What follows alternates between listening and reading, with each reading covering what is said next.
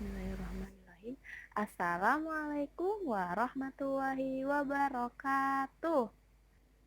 Bagaimana kabarnya hari ini? Semoga kita semua selalu sehat walafiat dalam lindungan Allah Subhanahu wa taala.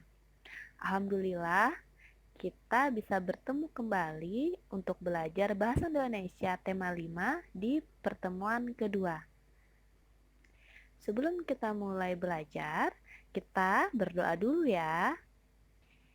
Bismillahirrahmanirrahim. Rabbi zidni ilma warzuqni fahma. Rabbi syrah li sadri wa yassir li amri wahlul 'uqdatam min lisani yafqahu qawli. Amin.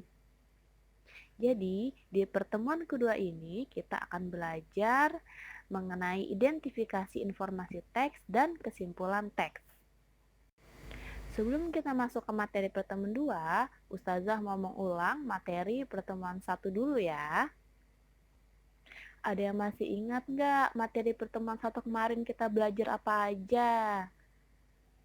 Jadi, di pertemuan 1 pekan lalu, kita belajar mengenai teks non-fiksi. Teks non-fiksi adalah teks yang berisi informasi berdasarkan fakta atau kenyataan. Adapun ciri-ciri teks non-fiksi ada 4, yaitu menggunakan bahasa denotatif, menggunakan bahasa formal, memiliki ide yang ditulis secara sistematis dan jelas secara logis, dan terakhir disusun berdasarkan fakta yang ada. Teks non-fiksi dapat ditemukan pada artikel surat kabar atau majalah. Dan biasanya ada juga di buku pelajaran loh.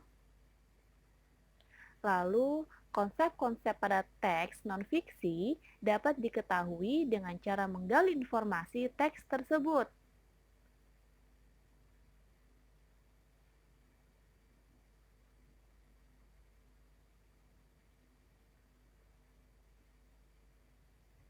Adapun contoh teks non-fiksi yaitu ada rantai makanan, ekosistem, sejarah, biografi, dan penemuan-penemuan lainnya, dan masih banyak lagi.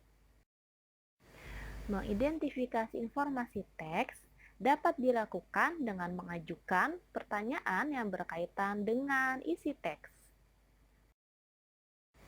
Pertanyaan yang digunakan untuk mengidentifikasi sebaiknya mengandung 6 kata tanya, meliputi apa, di mana, kapan, siapa, mengapa, dan bagaimana, atau biasa kita sebut sebagai adik Simba.